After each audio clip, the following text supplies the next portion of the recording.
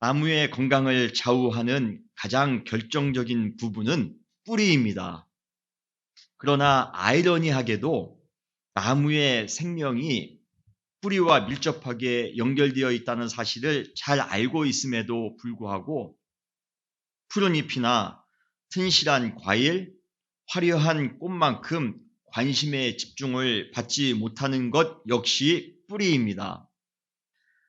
우리의 눈으로 직접 보이지 않는다라는 그러한 핸디캡 때문에 뿌리는 항상 관심의 대상에서 소외당하곤 합니다.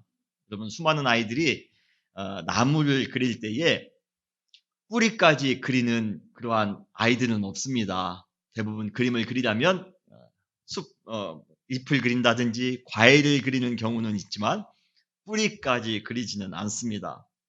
그럼에도 불구하고 뿌리에 문제가 생길 때 나무의 건강은 심각한 타격을 입게 됩니다. 그래서 우리가 무언가를 완전히 없앤다라는 그러한 표현, 제거한다라는 표현을 쓸 때 우리가 사용하는 그 은유가 무엇입니까? 뿌리채 뽑다라는 그러한 단어를 사용합니다. 한문으로는 근절하다라는 단어도 있는데요. 그때 근자는 뿌리 근자입니다.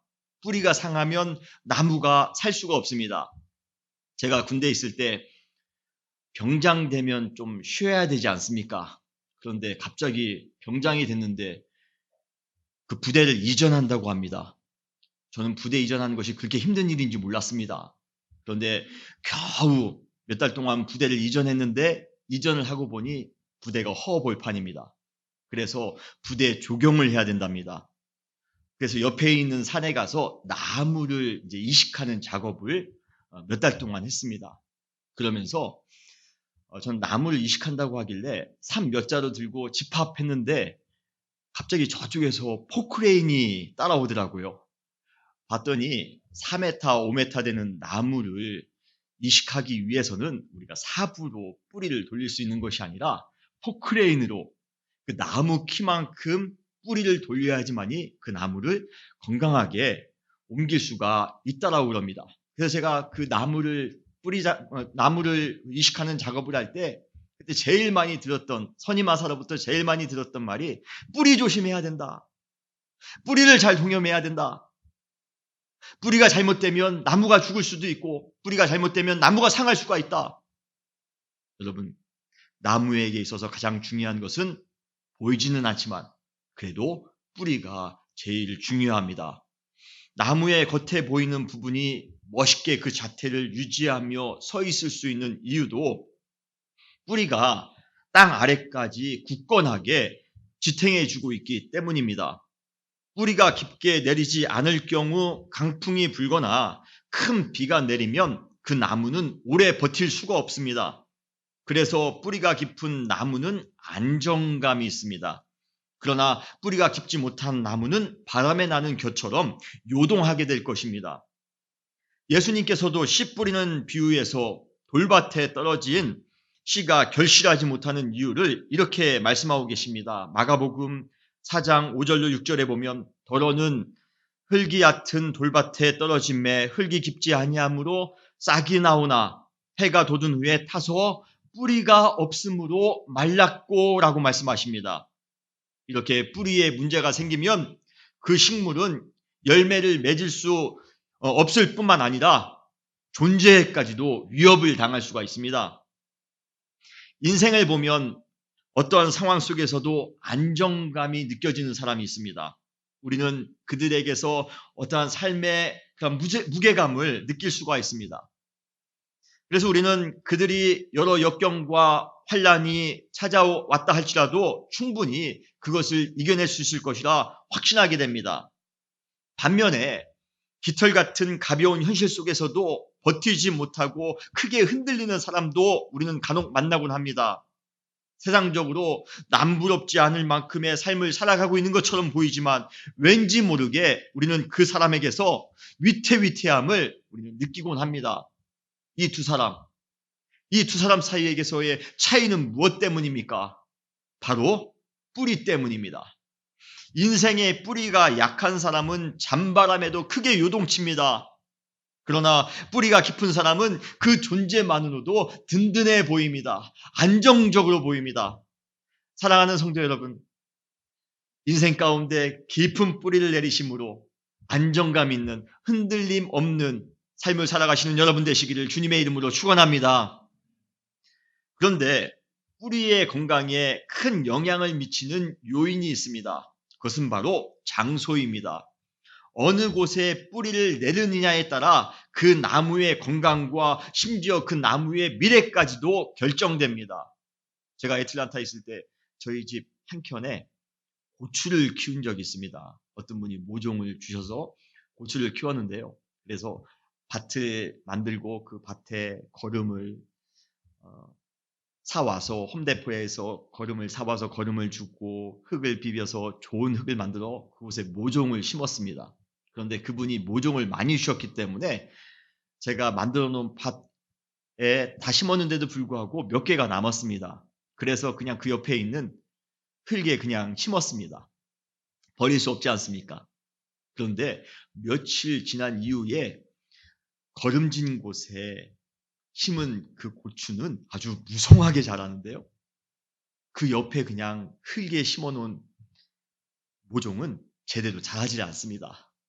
만약에 그것이 아이오와였으면 아이오와 땅은 좋기 때문에 다 잘 자랐을 텐데 그쪽 동네는 그렇지 않았나 봅니다. 잘 자라지 않습니다. 제가 그때 깨달았습니다. 야, 좋은 곳에 뿌리를 내리는 것이 정말 중요한 것이구나. 또 여러분, 우리가 식물이 한번 뿌리를 내리면 그 장소를 쉽게 바꿀 수도 없습니다. 그러므로 처음부터 올바른 곳에 뿌리를 내리는 것은 축복이며 은총입니다. 여러분, 식물뿐만 아니라 우리 사람뿐만 아니라 교회 역시도 마찬가지입니다. 교회의 뿌리를 어느 곳에 두었는가에 따라 그 교회의 건강과 그 교회의 미래는 결정됩니다. 과연 우리 교회는 어디에 뿌리를 내리고 있습니까? 이제 다음 주면 창립 18주년입니다.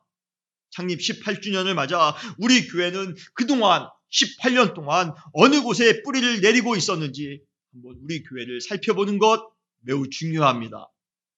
그래서 우리는 앞으로 3주간 동안 건강한 교회가 되기 위해 어느 곳에 뿌리를 내려야 될 것인가에 대해서 함께 나누려 합니다. 이번 주에는 우리 교회는 십자가 위에 뿌리를 내려야 됩니다. 그리고 다음 주에는 사랑 위에, 창립 주간을 맞이하여 사랑 위에 뿌리를 내려야 됩니다. 그리고 마지막 3주 차에는 말씀 위에, 하나님의 말씀 위에 뿌리를 내려야 됩니다.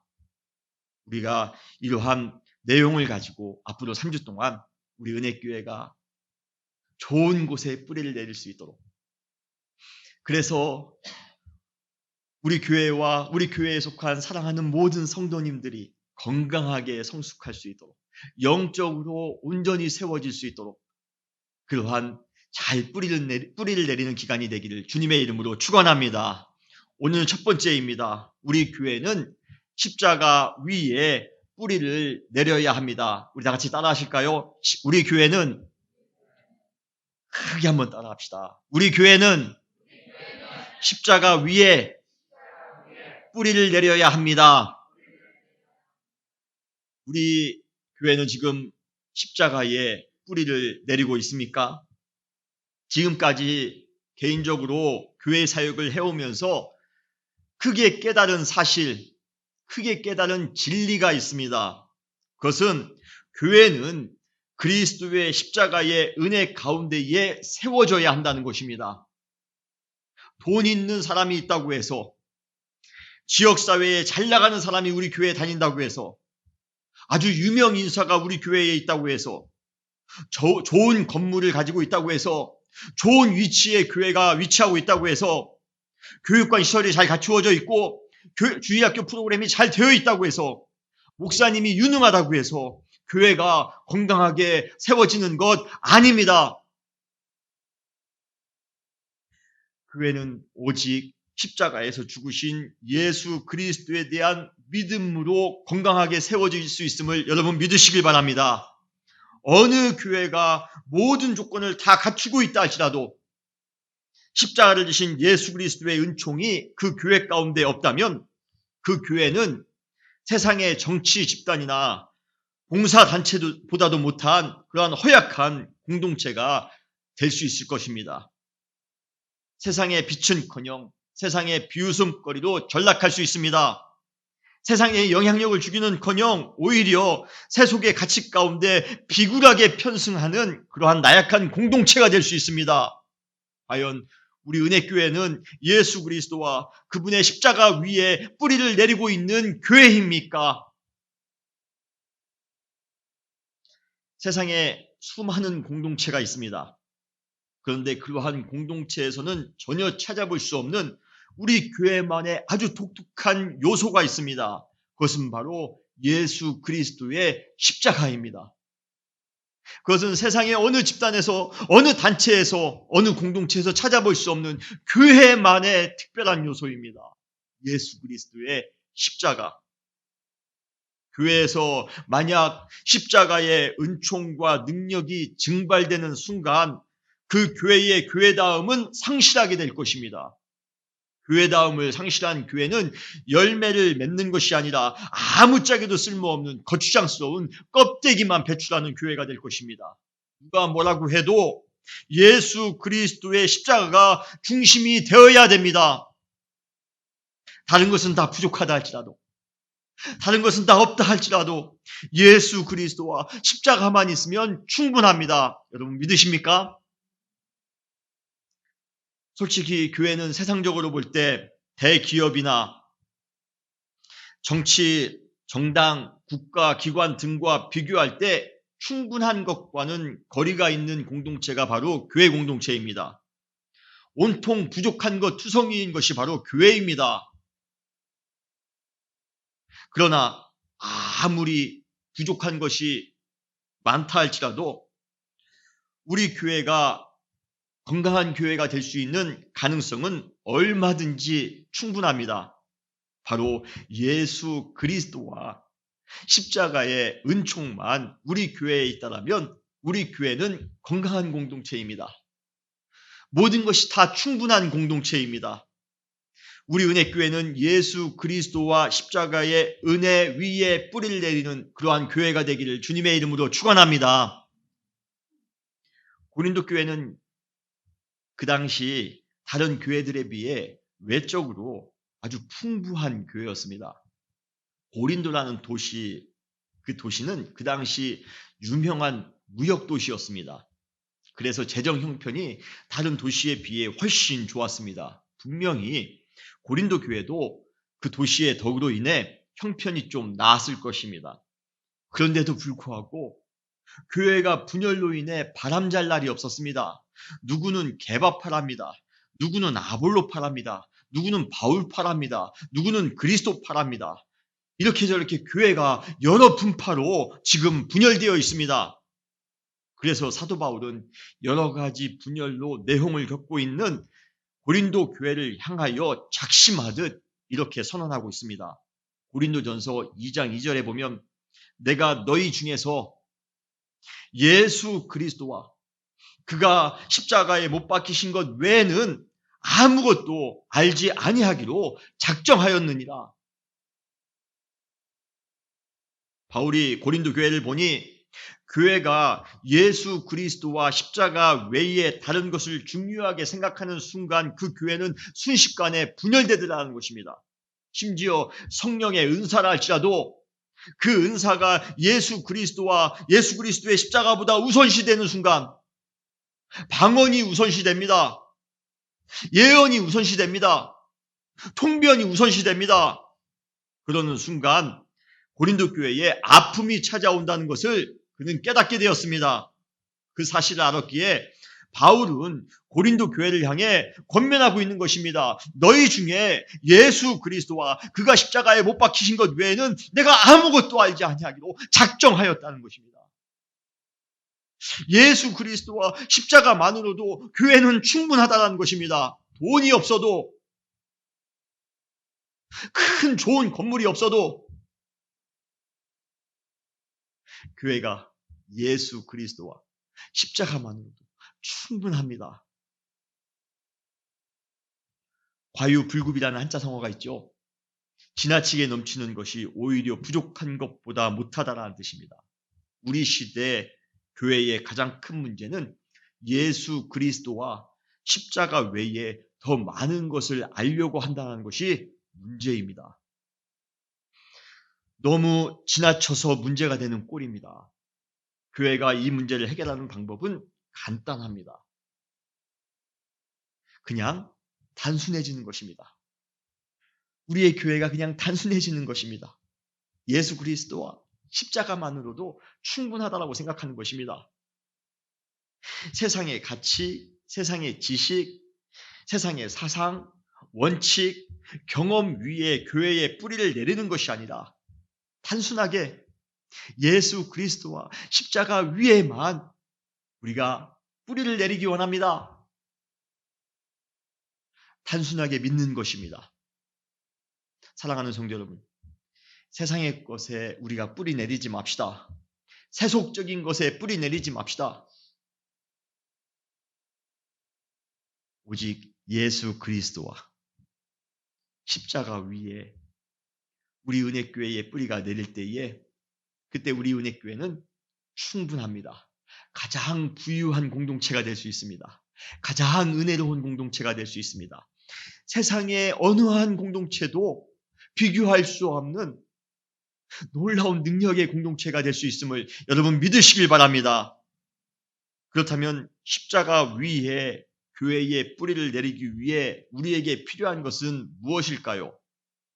첫 번째로 교회 공동체 모두가 예수님께서 우리를 위해 십자가에서 죽으셨다는 사실을 믿어야 됩니다. 여러분, 주님께서 우리를 위하여 십자가에 죽으심을 믿으십니까? 우리가 지난주 새벽 예배 때 마가복음의 마지막 부분을 통해 예수님께서 십자가에 못 박히신 장면을 함께 나누었습니다. 3년 동안 함께 했던 제자들마저도 어느 제자는 예수님을 배반했습니다. 모든 제자들은 예수님을 버리고 다 도망했습니다. 그 수제자라는 그 사람 또한 예수님을 3번씩이나 부인했습니다. 그분은 철저하게 혼자 남아 억울하게 신문당하셨고 역겨운 조롱을 받으셨고 모든 고문을 당하셨습니다. 그리고 외로이 십자가에서 죽음을 맞이하셨습니다. 죄가 하나도 없으신 분이시지 않습니까? 심지어 그분은 하나님의 아들이십니다. 그러한 예수님이 그 참혹한 십자가의 길을 걸어가신 이유는 무엇입니까? 단 하나입니다. 우리의 죄로부터 구원해 주시기 위해서입니다. 할렐루야. 아마 우리가 신앙생활을 조금이라도 한 분이라면 이러한 내용을 모르는 분은 한 분도 없으실 것입니다. 그런데 이러한 사실을, 이러한 내용을 아는 것과 내 영혼 깊은 곳에서 그것을 인격적으로 받아들이고 믿는 것 사이에는 정말 큰 차이가 있다는 것입니다. 잘 알고는 있지만 온전히 믿으며 살지는 못한다는 것입니다. 십자가의 복음은 교회 안에서 늘상 듣는 진리이지만 교회 밖에서 십자가의 복음은 나의 삶과 아무런 관계없이 우리가 살아갈 때가 참 많이 있습니다. 이것이 바로 신앙의 딜레마입니다. 예수 그리스도가 우리를 위해 십자가에서 죽으셨다는 사실을 단순히 기계적으로 아는 것만으로 우리 스스로가 변화될 수 없습니다. 교회가 변화될 수 없습니다. 개인적으로 교회 사역을 진행하면서 가장 많이 시행착오를 했던 것, 그리고 사역에 있어서 저에게 가장 큰 숙제인 것이 바로 이것입니다. 성도님들이 교회에 빠지지 않고 잘 나온다고 해서 신앙이 저절로 성숙하는 것이 아니라는 것입니다. 우리 성도님들이 변화될 수 있는 유일한 방법은 오직 예수 그리스도와 십자가로 인해서만 근본적으로 그리고 급진적으로 변화될 수 있다는 것입니다. 그냥 교회에 열심히 나오세요. 교회 나오니까 좋네요. 지난주 한 주간 어떻게 지내셨습니까? 이러한 정도 가지고서는 교회도 변화되지 않고 우리 개인도 변화되지 않더라는 것입니다. 우리가 예수님을 만나야 됩니다. 예수님이 지신 십자가가 우리 마음 가운데 믿어져야지만이 우리도 변화될 수가 있고 교회도 변화될 수 있다는 것입니다. 사랑하는 성도 여러분, 우리 은혜교회에서 함께 신앙생활하면서 예수님을 만나시기 바랍니다. 그리고 예수님의 십자가를 또 한 번 믿으시는 여러분 되시기를 주님의 이름으로 축원합니다. 물론 그것이 쉽지 않습니다. 2000년 전에 십자가에서 죽었던 한 사람의 죽음이 우리 인생에 큰 영향을 줄 수 있다는 말이 합리적 사고를 추구하는 현대인들에게는 마치 신화나 허구같이 말도 안 되는 소리로 들릴 수 있기 때문입니다. 아마 바울시대도 그러한 십자가에 대한 논쟁이 거세게 있었던가 봅니다. 십자가를 폄하하며 무시하는 그 당시 사람들에게 바울은 이렇게 선포하고 있습니다. 고린도전서 1장 18절에 십자가의 도가 멸망하는 자들에게는 미련한 것이요 구원을 받은 우리에게는 하나님의 능력이라. 그리고 23장과 24절에 보면 우리는 십자가에 못 박힌 그리스도를 전하니 유대인들에게는 거리끼는 것이요 이방인들에게는 미련한 것이로되 오직 부르심을 받은 우리에게는 유대인이나 헬라인이나 그리스도는 하나님의 능력이요 하나님의 지혜니라. 유대인들에게 십자가는 매우 탐탁하지 않는 것이었습니다. 이방인들에게 십자가는 말도 안 되는 비상식적인 신화와 같은 내용이었습니다. 그들 모두에게 있어 십자가는 하나의 잔인한 사형 틀에 불과했습니다. 그러나 십자가의 은혜를 믿는 성도들에게는 십자가의 도가 하나님의 능력입니다. 하나님의 큰 지혜입니다. 우리가 하나님의 크신 능력을 경험하기를 원하고 하나님의 지혜를 우리가 깨닫기를 원한다 할진대 그 방법은 단 하나밖에 없습니다. 예수 그리스도와 십자가를 우리의 영혼이 믿는 것입니다. 사랑하는 은혜교회 성도 여러분, 예수 그리스도와 십자가의 은혜를 믿음으로 말미암아 하나님의 능력, 하나님의 지혜를 마음껏 경험하며 살아가시는 여러분 되시기를 주님의 이름으로 축원합니다.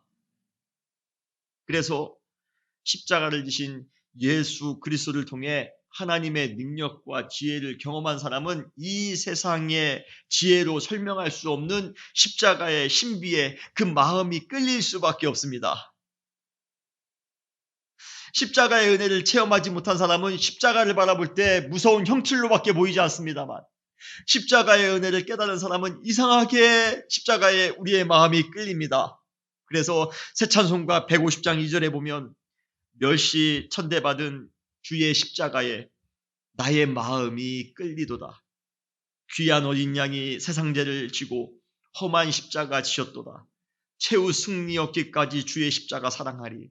빛난 면류관 받기까지 험한 십자가 붙들겠네. 할렐루야. 여러분, 그 멸시 천대받은 그 십자가에 여러분의 마음이 끌리십니까?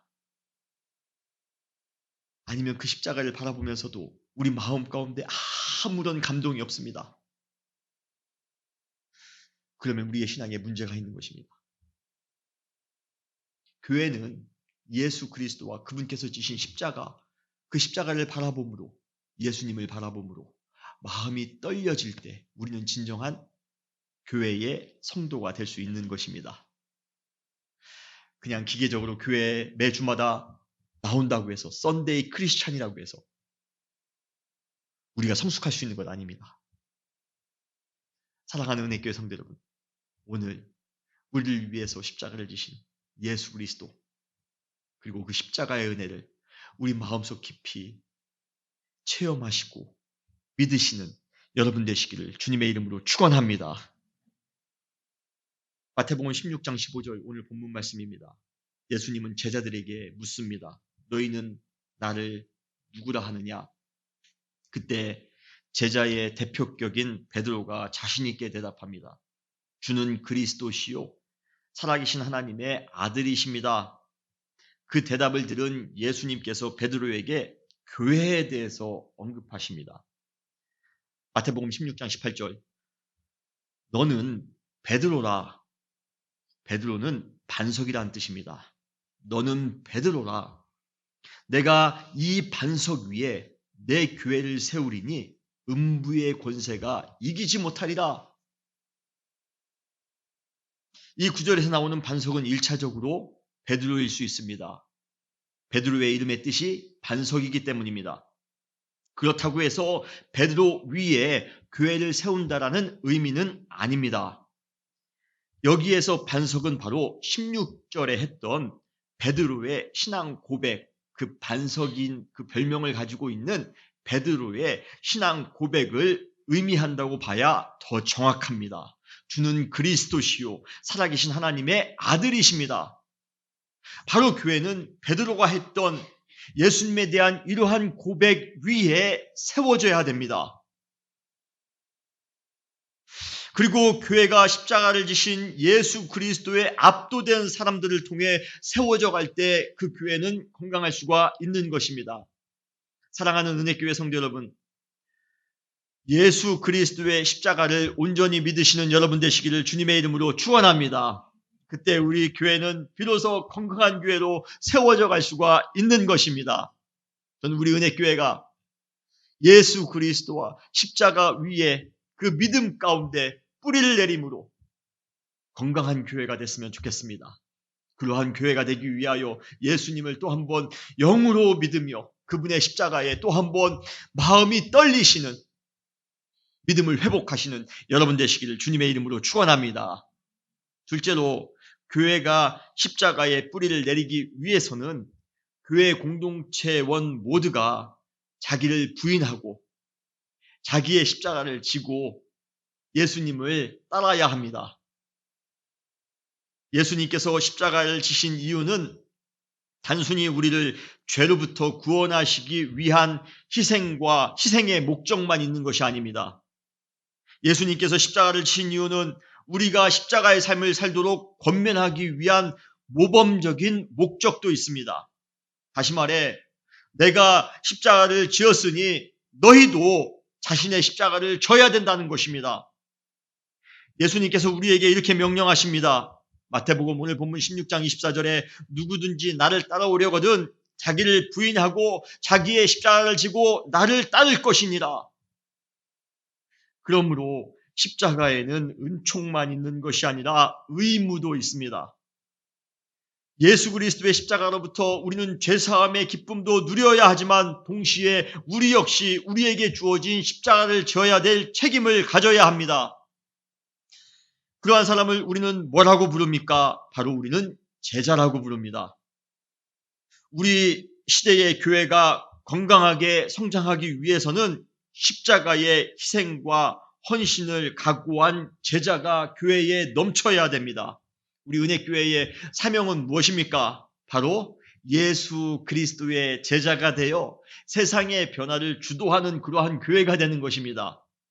여기에서 말하는 예수 그리스도의 제자가 되어야 된다는 것은 희생과 헌신의 십자가를 지고 예수님을 따르는 성도가 되어야 된다는 것입니다. 우리에게 주어진 사명의 십자가를 지고 주님을 따라가야 된다는 의미를 가지고 있습니다. 사랑하는 성도 여러분, 그러한 제자가 되실 각오가 되어 있으십니까? 할렐루야. 아멘 안 하시면 저 혼자 어찌할까 생각했습니다. 아멘 안 하시면 저 혼자 십자가를 지고 가라는 의미인가 생각했는데, 여러분 예수 그리스도의 제자가 됩시다. 제자가 돼서 내가 축복받아야지. 내가 제자가 돼서 내가 사업에 성공해야지. 내가 제자가 돼서 큰 영광을, 내가 이 세상을 살아가면서 인기를 누리며 살아가야지. 아닙니다. 예수 그리스도의 제자가 되자고 할 때는 우리 함께 십자가 집시다. 우리 함께 더 희생합시다. 우리 함께 더 땀을 흘립시다. 우리에게 주어진 사명 믿음으로 잘 감당하며 살아갑시다. 그러한 의미에서의 예수 그리스도의 제자입니다. 예수 그리스도의 제자로 예수 그리스도의 십자가를 지고 주님을 따라가시는 여러분 되시기를 주님의 이름으로 축원합니다. 십자가를 지며 주님을 따라가는 것 참 쉽지 않습니다. 가끔 자존심 상할 때도 있습니다. 오해받을 때도 있습니다. 외톨이가 될 때도 있습니다. 내 것을 크게 손해볼 때도 있습니다. 남들이 알아주지 않을 때도 있습니다. 형용할 수 없는 고통의 상황 속에 빠질 때도 있습니다. 일방적으로 억울한 일을 당할 때도 있고 조롱과 무시를 당할 때도 있습니다. 그런데도 불구하고 주님께서는 계속해서 자기를 부인하고 자기의 십자가를 지고 나를 따라가는 그러한 요구를 하실 때에 어느 때는 마음속으로 좀 야속한 마음도 들곤 합니다.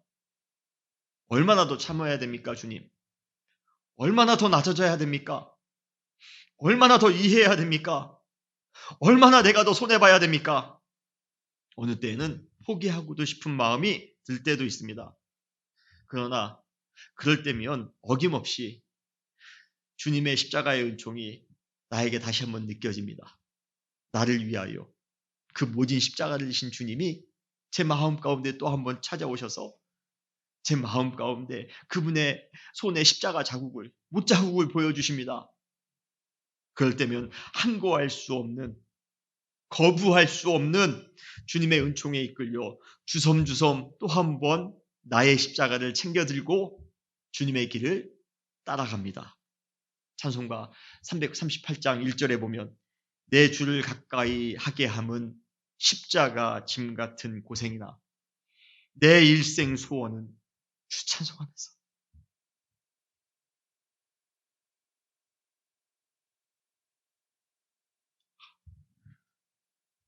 정말 뜨겁네요. 정말 뜨겁네요. 내 주를 가까이 하게 함은 십자가 짐 같은 고생이나 내 일생 소원은 주님을 찬송하면서 주께 더 나가기 원합니다. 우리에게 이 정도의 신앙의 오기는 있어야 되지 않을까요? 조그만한 십자가 앞에, 조그만한 어려움 앞에, 조그만한 믿음의 도전 앞에